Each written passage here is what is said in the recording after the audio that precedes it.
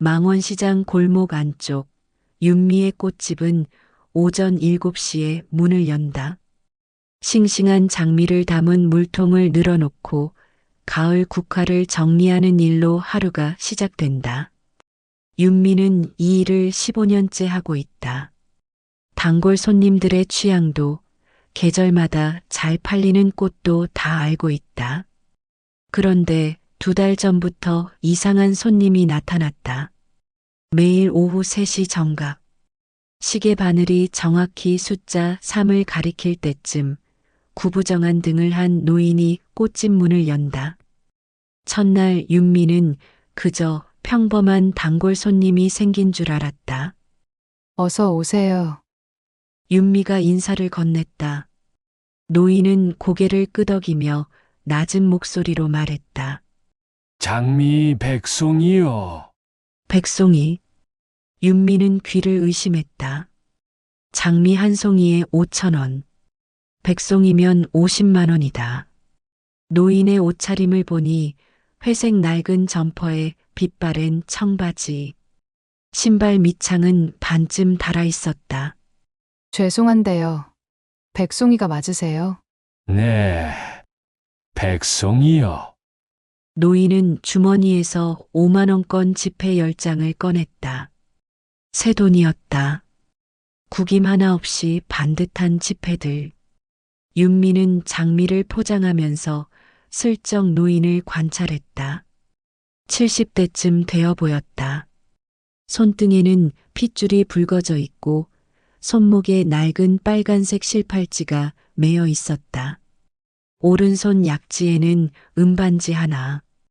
자세히 보니 반지 안쪽에 작은 글씨가 새겨져 있었다. SO, SO.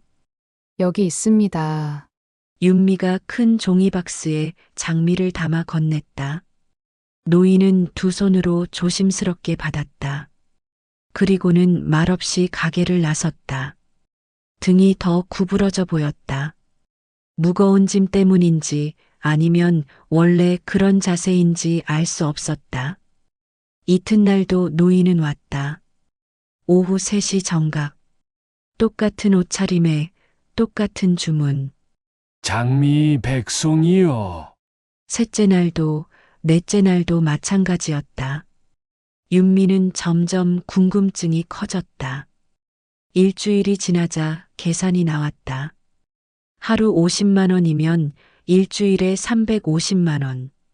한 달이면 1,500만 원이 넘는다. 저 어르신 뭐 하시는 분이에요? 윤미는 옆 가게 반찬집 사장에게 물었다. 사장은 고개를 갸웃했다. 아, 저분 한정호 선생님이라고. 중학교에서 음악 가르치셨대. 지금은 은퇴하셨고. 음악 선생님이요? 응. 근데 5년 전에 큰일 있으셨다던데.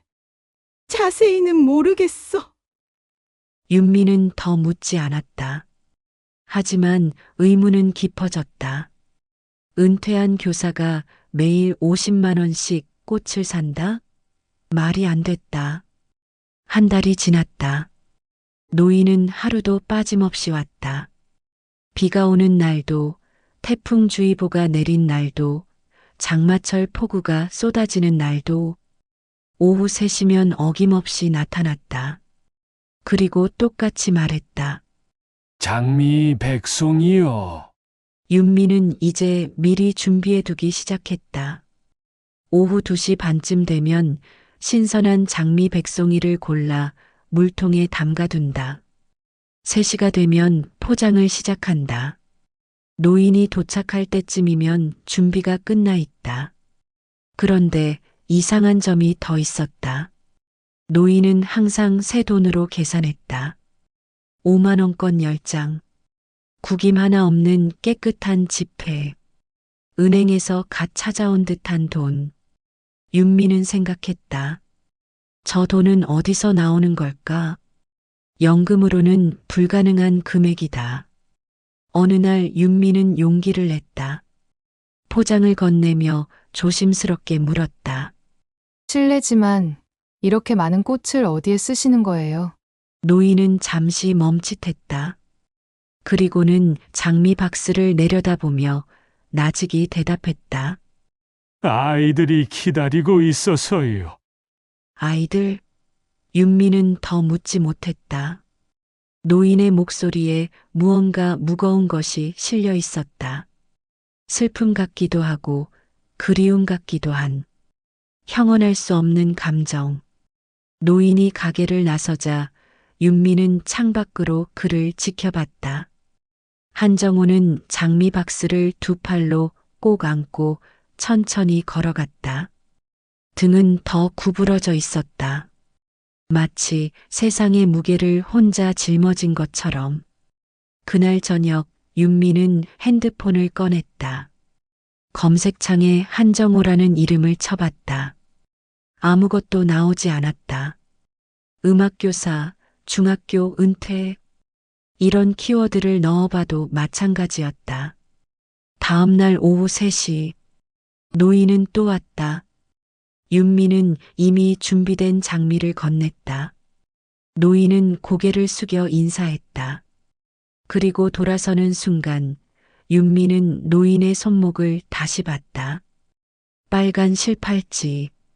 아이들이 만들어주는 그런 팔찌. 낡고 해진 실이 끊어질 듯 말 듯 매달려 있었다. 저기요. 윤미가 불렀다. 노인이 돌아봤다. 그 팔찌 오래되신 것 같은데 새 걸로 바꿔드릴까요? 제가 비슷한 거 만들어 드릴 수 있어요. 노인은 고개를 저었다. 괜찮습니다.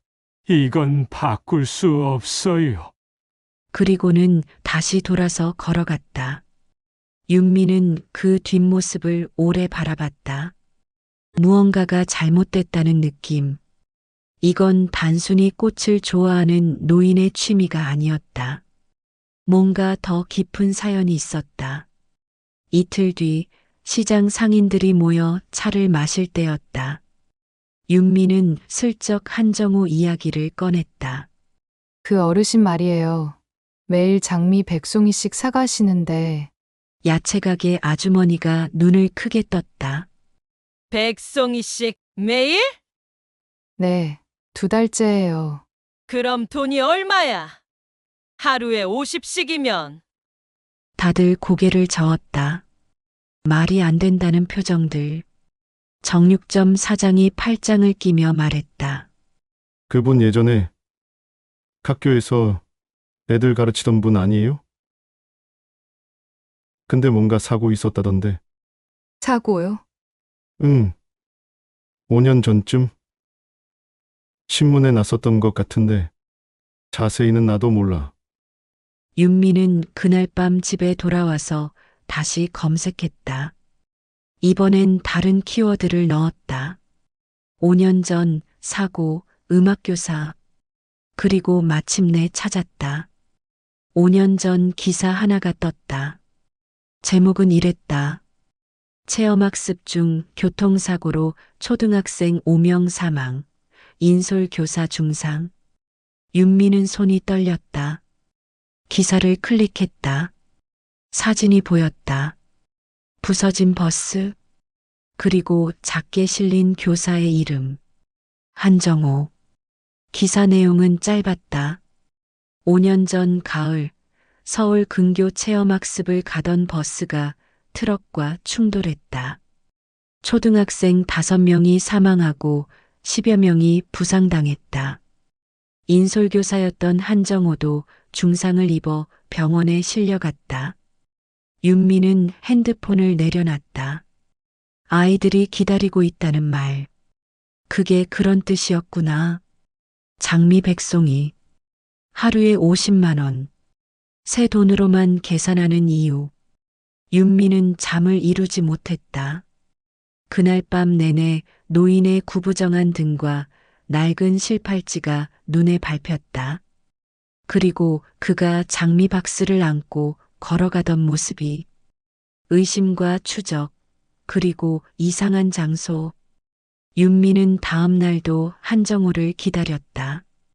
오후 3시 노인은 어김없이 나타났다. 이번에도 똑같은 차림새, 똑같은 주문. 오늘도 백송이요. 윤미는 미리 준비해둔 장미를 건넸다. 손이 약간 떨렸다. 어젯밤 본 기사가 자꾸 떠올랐다. 부서진 버스, 사망한 아이들, 중상을 입은 교사. 저기요. 윤미가 입을 열었다. 한정우가 고개를 들었다. 주름진 얼굴에 피곤함이 가득했다. 이 많은 꽃을 어디에 쓰세요? 노인은 잠시 말이 없었다. 장미 박스를 내려다보며 천천히 대답했다. 아이들이 기다리고 있어서요. 또 그 말이었다. 윤미는 더 묻고 싶었지만 참았다. 한정우는 돈을 건네고 조용히 가게를 나섰다. 윤미는 그의 뒷모습을 바라봤다. 무거운 박스를 안고 비틀거리는 등. 저 사람은 도대체 어디로 가는 걸까? 그날 저녁 윤미는 결심했다. 직접 확인해 보기로. 내일 한정우를 따라가 보는 거다. 뭔가 이상한 일이 벌어지고 있는 게 분명했다.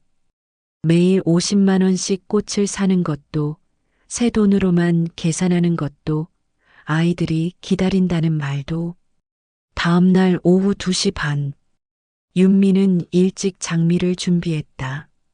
3시가 되자 한정우가 들어왔다. 평소와 똑같은 모습. 윤미는 꽃을 건네며 최대한 자연스럽게 행동했다. 감사합니다. 한정우가 가게를 나섰다. 윤미는 재빨리 앞치마를 벗었다. 옆 가게 사장에게 잠깐 자리를 비운다고 말하고 밖으로 나갔다. 한정우는 이미 골목 끝에서 모퉁이를 돌고 있었다. 윤미는 조심스럽게 뒤를 따랐다. 심장이 빠르게 뛰었다. 이러다 들키면 어쩌지.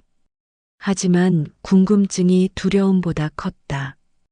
한정우는 시장을 벗어나 큰 길로 나왔다. 버스 정류장을 지나쳐 계속 걸었다.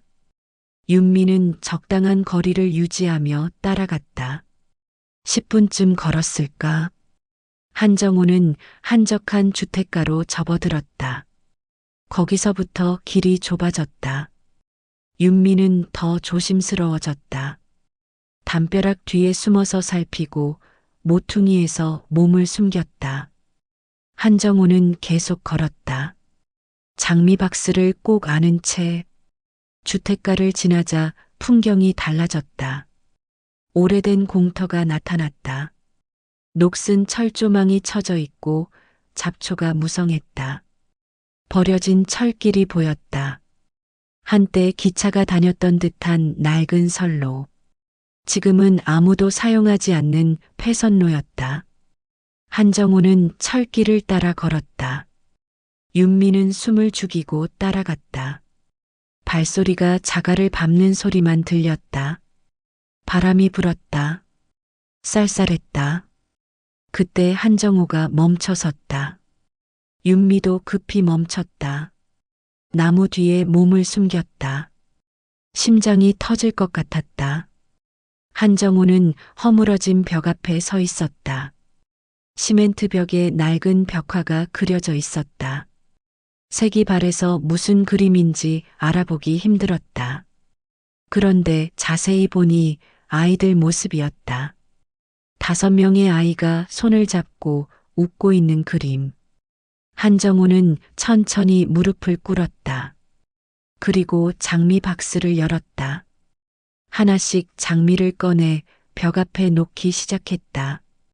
백송이 전부를 정성스럽게 한 송이 한 송이. 윤미는 숨이 막혔다. 저게 뭐지? 왜 저기에 꽃을 놓는 거지? 벽화는 낡았고 주변엔 아무도 없었다. 그저 버려진 장소일 뿐이었다. 한정우가 입을 열었다. 혼잣말 같았지만 윤미의 귀에 들렸다. 은비야, 오늘도 왔어. 내가 좋아하던 빨간 장미 가져왔어. 은비. 윤미는 귀를 기울였다. 태경아, 너는 노란 장미가 좋다고 했지. 여기 있어. 한정호는 장미를 놓으며 계속 중얼거렸다. 아이들 이름을 하나씩 부르며 민준이, 서연이, 지우. 5 이름. 선생님이 미안해. 정말 미안해. 한정호의 목소리가 떨렸다. 윤미는 가슴이 먹먹해졌다. 노인은 계속 꽃을 놓았다. 백송이가 벽 앞에 가득 쌓였다. 마치 작은 정원처럼.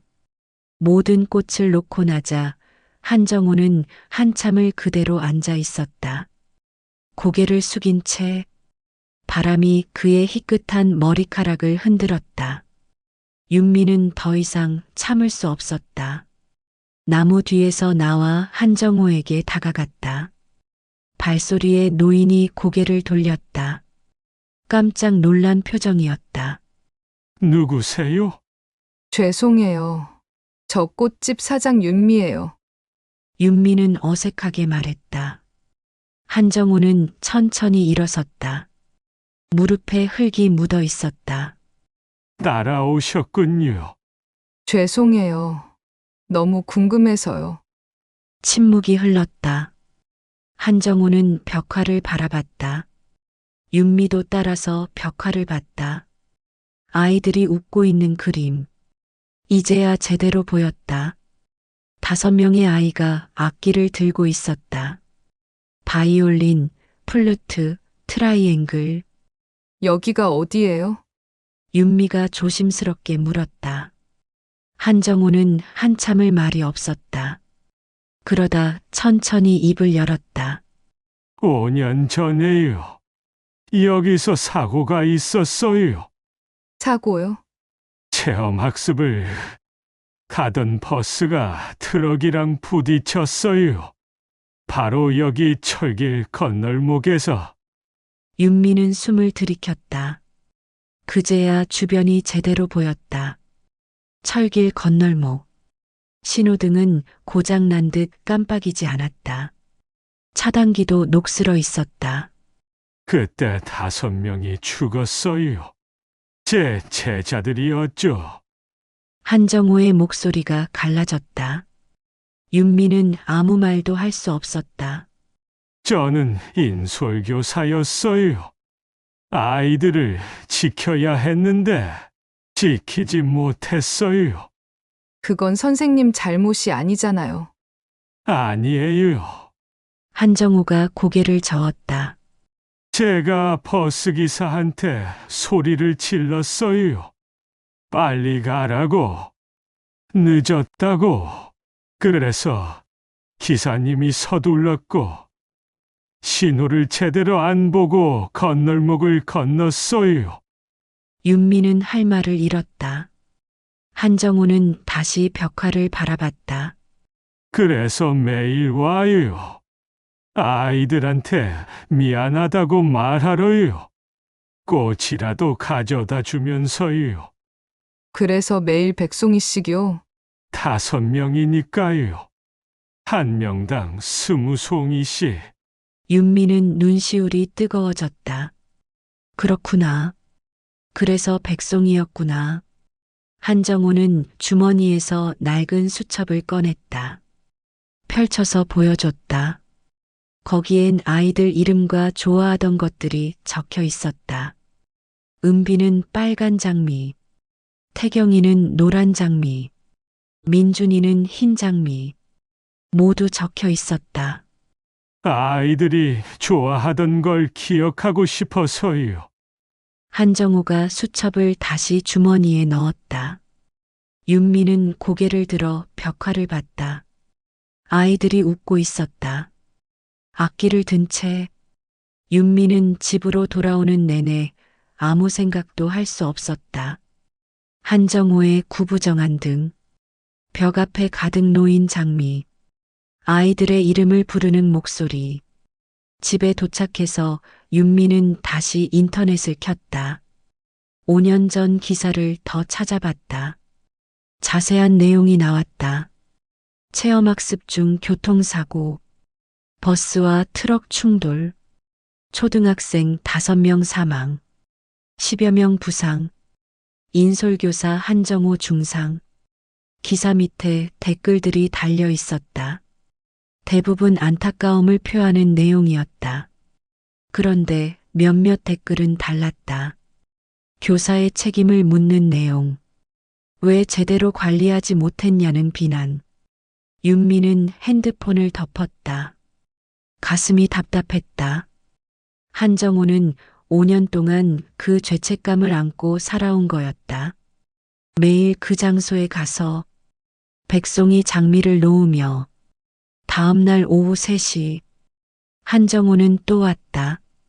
윤미는 그를 다르게 보게 됐다. 구부정한 등은 죄책감의 무게였고 낡은 실팔찌는 아이들의 기억이었다. 은반지의 SO는 아마 아이 이름의 이니셜일 거였다. 오늘도 백송이요. 한정호가 말했다. 윤미는 고개를 끄덕이며 장미를 건넸다. 그리고 조용히 말했다. 선생님, 아이들도 분명 고마워하고 있을 거예요. 한정호는 잠시 멈칫했다. 그리고는 작게 미소 지었다. 슬픈 미소였다.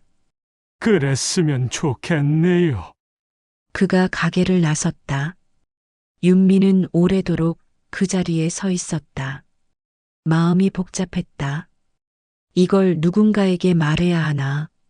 아니면 그냥 두어야 하나? 하지만 매일 50만 원씩 쓰는 건 정상이 아니었다. 혹시 한정호에게 무슨 문제가 있는 건 아닐까?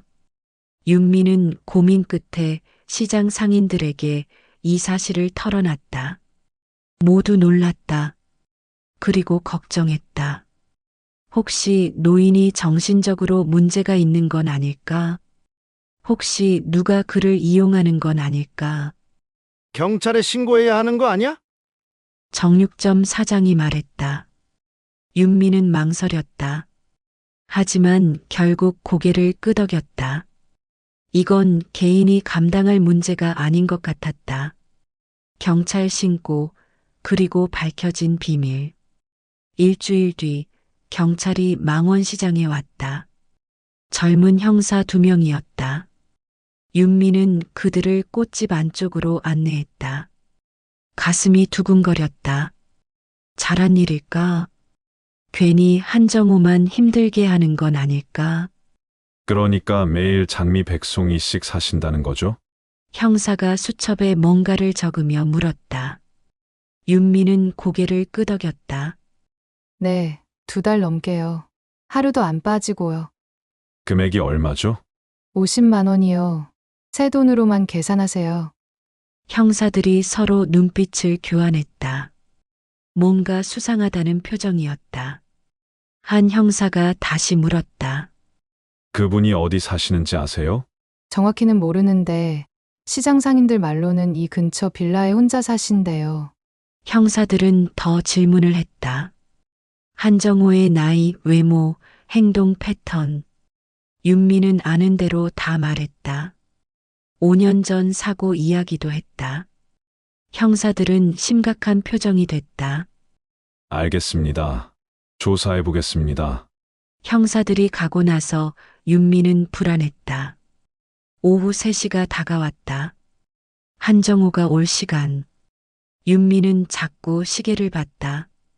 2시 55분, 58분, 3시 정각. 한정호가 들어왔다. 평소와 똑같은 모습. 윤미는 최대한 자연스럽게 장미를 건넸다. 한정호는 돈을 내고 조용히 나갔다. 뒷모습이 유난히 쓸쓸해 보였다. 사흘 뒤 경찰서에서 연락이 왔다. 한정호를 조사했다는 내용이었다. 윤미는 급히 경찰서로 갔다. 작은 상담실에 형사가 앉아 있었다. 앉으세요. 윤미는 의자에 앉았다. 형사는 서류를 꺼내 책상 위에 놓았다. 한정호 씨 조사했습니다. 일단 불법적인 건 없어요. 윤미는 안도했다. 형사가 계속 말했다. 근데 좀 놀라운 사실을 발견했어요. 뭔데요? 한정호 씨 통장 잔고가 28억 원입니다. 윤미는 귀를 의심했다. 28억? 형사가 서류를 가리켰다. 5년 전 사고로 받은 합의금과 보상금이에요. 버스회사, 보험회사, 트럭 운전자 측에서 받은 돈이죠. 그런데 왜 그 돈을? 본인이 쓰지 않겠다고 했대요. 그래서 계좌에 그대로 있는 거예요. 매달 이자만 100만 원 넘게 들어오는데 그것도 안 쓰고요. 윤미는 말문이 막혔다. 형사가 한숨을 쉬었다. 대신 연금으로 꽃을 사는 거예요. 매달 200만 원쯤 나오는 연금 전부를요. 그럼 생활은 어떻게 하세요? 최저 생계비 수준이에요.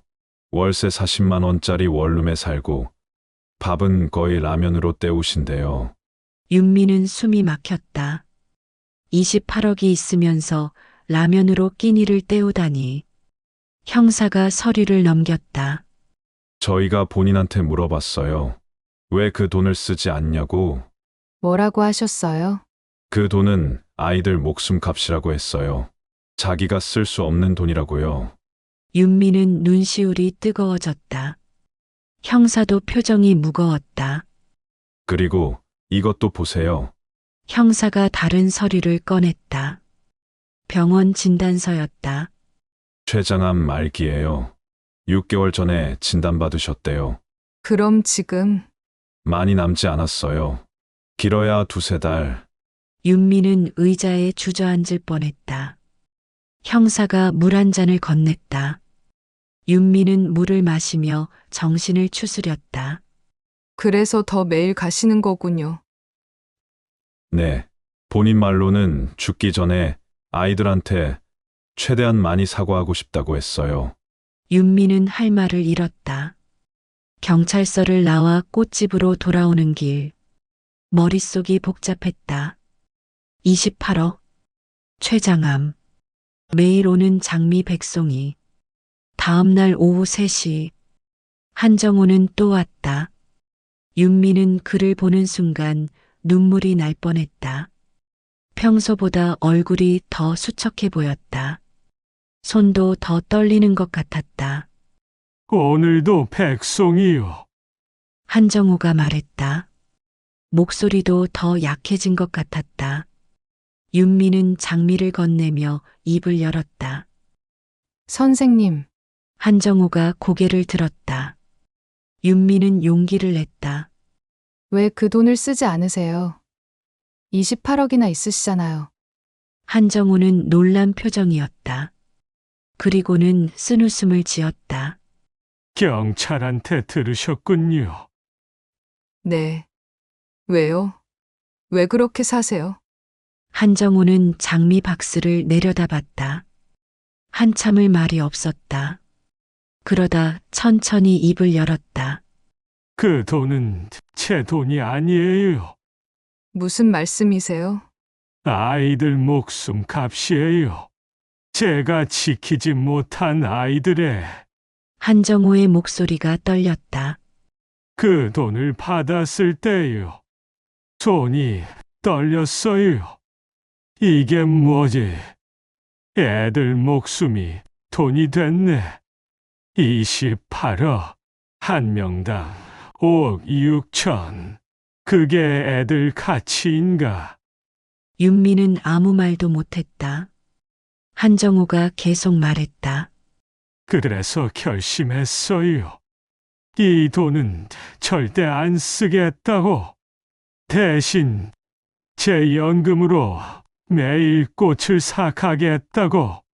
그게 제가 할 수 있는 최소한의 사과라고 생각했어요.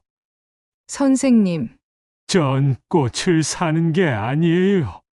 사과를 사고 있는 거예요. 한정호가 장미를 들어 올렸다. 손이 떨렸다. 이 꽃 하나하나가 제 미안함이에요. 제 후회고요. 매일 100송이씩 사면서 생각해요. 오늘도 미안하다고, 내일도 미안하다고. 윤미는 눈물을 참을 수 없었다. 한정호도 눈시울이 붉어졌다. 그날 제가 소리를 지르지 않았으면 애들이 안 죽었을 거예요. 제가 참았으면, 제가 조금만 더 신중했으면. 선생님 잘못이 아니에요. 아니에요. 제 잘못이에요. 한정호가 고개를 저었다. 전 버스기사한테 빨리 가라고 소리쳤어요. 수업 시간에 늦는다고. 그래서 기사님이 서둘렀고 신호를 제대로 안 보고 건널목을 건넜어요.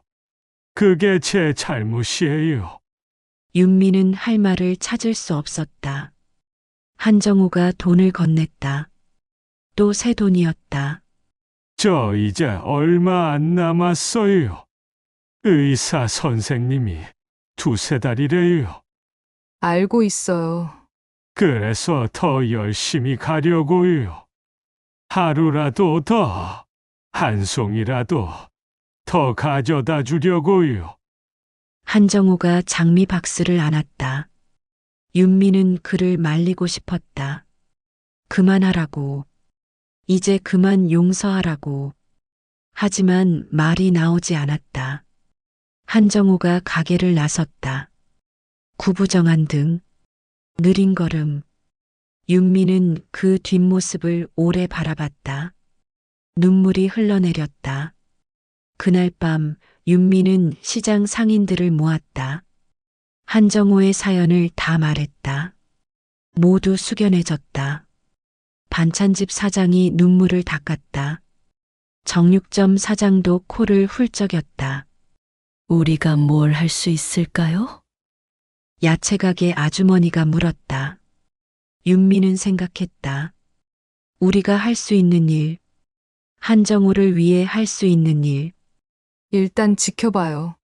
그분이 마지막까지 하고 싶은 대로 하시게. 윤미가 말했다. 모두 고개를 끄덕였다. 그리고 조용히 약속했다. 한정호가 오는 날이면 모두 따뜻하게 대하기로. 말은 하지 않아도 마음은 전하기로. 다음 날부터 시장 분위기가 달라졌다. 한정호가 지나가면 상인들이 먼저 인사했다. 과일 하나씩 챙겨주고 반찬도 몰래 봉지에 담아줬다. 한정호는 처음엔 당황스러워했다. 하지만 점점 고마워하는 표정이 됐다. 윤미는 매일 그를 기다렸다. 오후 3시, 한정호가 올 시간, 그리고 장미 백송이, 그의 사과, 그의 후회, 그의 사랑. 일주일이 지났다. 한정호는 점점 수척해졌다. 걸음도 더뎌졌다. 하지만 단 하루도 빠지지 않았다. 비가 와도 바람이 불어도 오후 3시면 어김없이 꽃집 문을 열었다. 오늘도 백송이요. 그 말을 들을 때마다 윤미는 가슴이 먹먹했다. 이 사람은 죽는 날까지 이럴 거다. 매일 백송이씩, 매일 사과하면서. 윤미는 그게 슬프면서도 아름답다고 생각했다. 누군가를 이렇게까지 그리워할 수 있다는 게 진정한 속죄와 위로. 10월 중순, 한정호가 쓰러졌다. 시장 입구에서였다. 장미 박스를 안고 가던 중 갑자기 무릎이 꺾였다. 옆 가게 사장들이 급히 달려가 그를 부축했다. 윤미도 뛰어나갔다. 선생님, 괜찮으세요? 한정호는 숨을 헐떡였다. 얼굴이 창백했다. 식은땀이 흘렀다. 구급차를 불렀다. 병원으로 실려갔다. 윤미는 병원까지 따라갔다. 응급실 밖에서 기다렸다. 2시간쯤 지나자 의사가 나왔다. 젊은 여의사였다. 보호자세요? 아니요. 아는 분이에요. 의사는 고개를 끄덕이며 말했다. 상태가 많이 안 좋으세요. 입원하셔야 할 것 같은데 본인이 거부하시네요. 왜요? 매일 가야 할 곳이 있다고 하시던데요. 윤미는 알았다. 그 장소, 아이들이 있는 곳. 한정호는 입원하면 그곳에 갈 수 없으니까. 제가 설득해 볼게요. 윤미는 응급실로 들어갔다. 한정호는 침대에 누워 있었다. 산소 마스크를 쓰고 있었다. 눈을 감고 있다가 윤미의 발소리에 떴다. 윤미 씨, 선생님, 입원하셔야 해요. 한정호는 고개를 저었다. 산소 마스크 너머로 목소리가 들렸다. 안 돼요. 매일 가야 해요. 선생님, 애들이 기다려요. 하루라도 안 가면 안 돼요. 윤미는 가슴이 아팠다. 한정호의 손을 잡았다. 차가웠다. 제가 대신 갈게요. 선생님 대신 꽃을 가져다 드릴게요. 한정호는 눈을 크게 떴다. 정말요? 네. 약속할게요. 매일 오후 3시에 갈게요. 백송이씩 가져갈게요. 한정호의 눈에 눈물이 고였다. 고마워요. 정말 고마워요. 그날부터 윤미는 매일 그 장소에 갔다. 버려진 철길, 허물어진 벽화, 오후 3시면 장미 백송이를 가져갔다. 벽 앞에 조심스럽게 놓았다. 한정호가 하던 대로. 처음엔 어색했다. 혼자 그곳에 앉아 꽃을 놓는 게. 하지만 며칠 지나자 익숙해졌다. 그리고 이상한 느낌이 들었다. 마치 누군가 옆에 있는 것 같은, 아이들이 보고 있는 것 같은. 윤미는 꽃을 놓으며 말을 걸기 시작했다. 은비야, 오늘도 빨간 장미 가져왔어. 한 선생님이 너희 보고 싶어 하셔. 바람이 불었다. 나뭇잎이 바스락거렸다. 윤미는 계속 말했다. 태경아, 노란 장미는 여기. 민준아, 내 거는 흰색이지. 한정호는 입원했다. 요양병원이었다. 시내에서 조금 떨어진 조용한 곳. 윤미는 매일 저녁 병문안을 갔다. 한정호는 날마다 물었다. 오늘도 다녀오셨어요? 네, 다녀왔어요. 애들이 뭐예요? 고맙대요. 선생님 보고 싶대요. 한정호는 미소 지었다. 편안한 얼굴이었다. 윤미는 그 모습을 보며 안심했다. 일주일이 지났다. 한정호의 상태가 더 나빠졌다. 침대에서 일어나지 못했다. 말하는 것도 힘들어했다. 윤미는 매일 병원에 갔다. 그리고 그날의 이야기를 들려줬다. 오늘은 날씨가 좋았어요.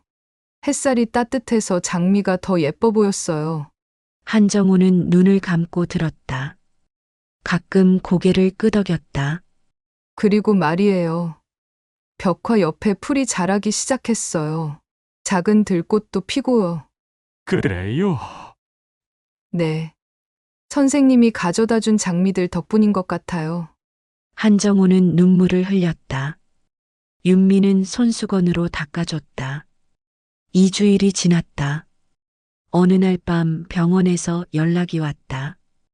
한정호가 윤미를 찾는다고. 윤미는 급히 병원으로 갔다. 한정호는 산소호흡기를 달고 있었다. 숨소리가 거칠었다. 윤미 씨, 네, 선생님. 부탁이 하나 있어요. 한정호가 힘겹게 말했다. 윤미는 고개를 숙여 귀를 기울였다. 제 방에요. 책상 서랍에 공책이 있어요. 공책이요? 일기예요. 5년 동안 쓴 일기. 한정호가 숨을 고르며 계속 말했다. 그걸 애들한테 가져다 줘요. 벽화 앞에 놓아줘요. 알겠어요. 그리고요. 한정우가 윤미의 손을 잡았다. 차갑고 떨리는 손. 제가 죽으면 통장에 있는 돈이요. 그걸로 장학금을 만들어줘요. 음악하는 아이들을 위한 장학금. 선생님, 애들 이름으로요. 은비 장학금, 태경 장학금. 5명 이름으로 5개 만들어줘요. 윤미는 눈물을 참지 못했다. 한정우도 울고 있었다. 제가 할 수 있는 마지막이에요. 애들한테 부끄럽지 않은 어른이 되고 싶었어요. 충분히 훌륭하세요. 선생님, 아니에요. 전 애들을 지키지 못했어요. 한정우가 고개를 저었다. 하지만 이제라도요. 다른 아이들은 지킬 수 있잖아요. 음악하고 싶은 아이들, 꿈꾸는 아이들. 윤미는 한정우의 손을 꼭 잡았다. 약속할게요. 꼭 그렇게 할게요. 한정우는 미소 지었다. 편안한 얼굴이었다. 그날 밤 한정우는 잠들 듯 눈을 감았다. 그리고 다시 뜨지 않았다. 장례식은 조용했다. 시장 상인들이 모두 왔다. 한정우를 아는 사람들도 왔다. 옛 제자들도 몇 명 왔다. 모두 울었다. 장례를 치르고 윤미는 한정우의 방에 갔다. 작은 원룸이었다. 가구라곤 낡은 책상과 침대뿐. 책상 서랍을 열었다. 공책이 있었다. 두꺼운 공책 5권. 윤미는 첫 페이지를 폈다. 5년 전 날짜부터 시작됐다. 한정우의 글씨로 빼곡히 적혀 있었다. 오늘 은비가 좋아하던 빨간 장미를 샀다. 은비는 항상 밝게 웃던 아이였다. 노래 부를 때 눈이 반짝였다. 윤미는 페이지를 넘겼다. 태경이는 노란 장미를 좋아했다. 플루트를 불던 모습이 아직도 눈에 선하다. 서툴렀지만 열심이었다. 한 페이지 한 페이지가 아이들 이야기였다. 은비, 태경, 민준, 서연, 지우. 5 아이의 기억.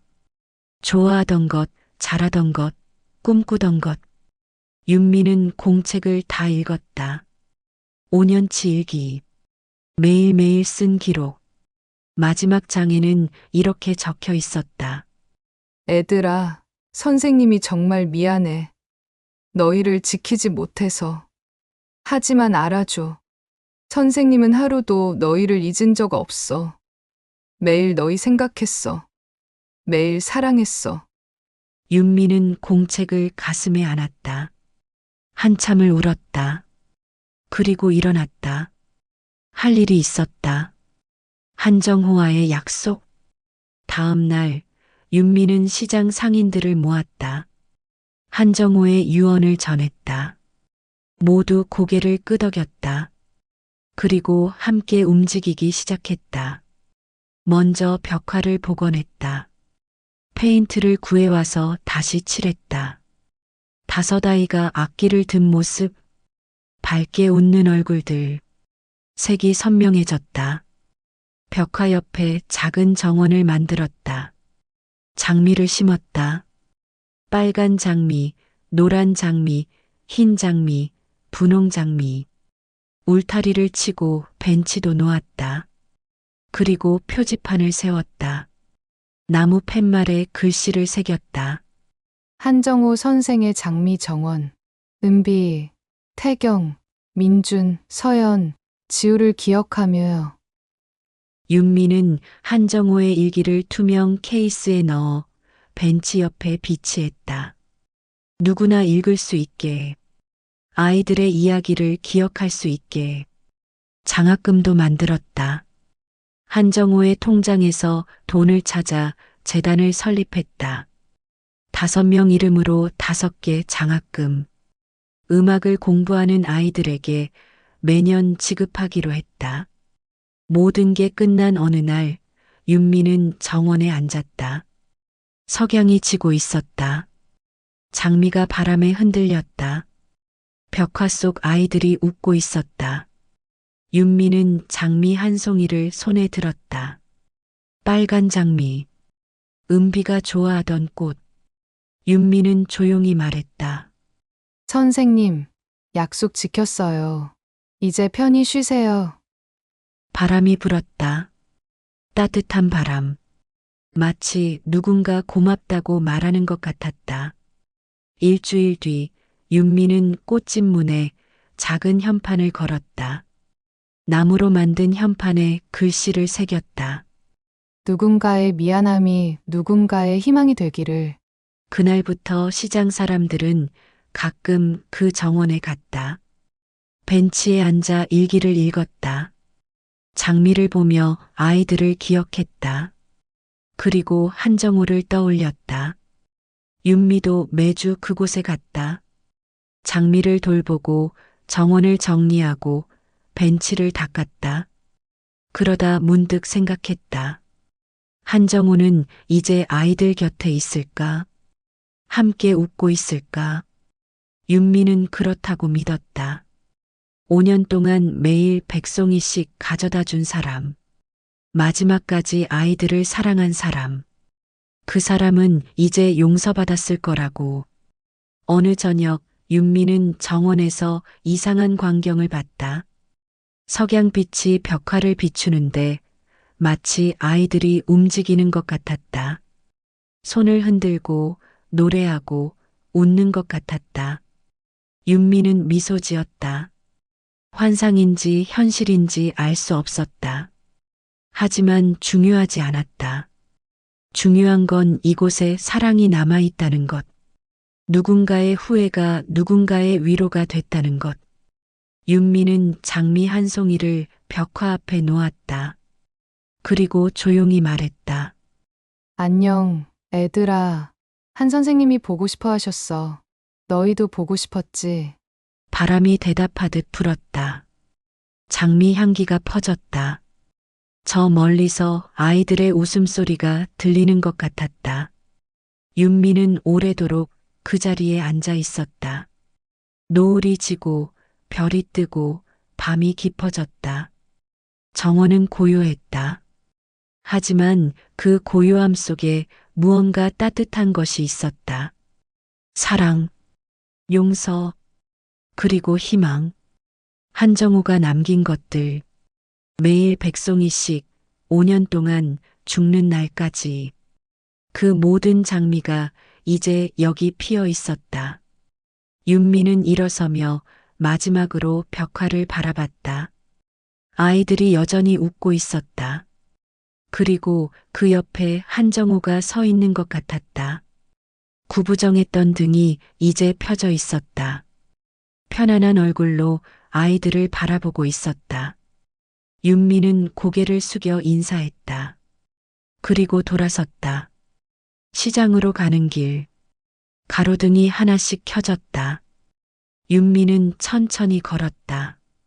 가슴속의 따뜻함을 느끼며 누군가의 미안함이 누군가의 희망이 된 이야기. 그 이야기는 이제 시작이었다. 매년 5명의 아이들이 장학금을 받을 것이고 그 아이들은 음악을 배울 것이고 언젠가 무대에 설 것이다. 그때 그들은 알게 될 것이다. 자신들을 도운 사람이 누구였는지, 그리고 왜 그랬는지. 윤미는 밤하늘을 올려다봤다. 별이 반짝였다. 5개의 별이 유난히 밝게 빛났다. 윤미는 미소 지으며 걸음을 옮겼다. 내일도 정원에 가야지. 장미를 돌보고 아이들에게 인사하고 한정우를 기억해야지. 그렇게 이야기는 끝났다. 하지만 사랑은 끝나지 않았다. 매일 피어나는 장미처럼, 매년 자라나는 아이들처럼 그 사랑은 계속될 것이었다.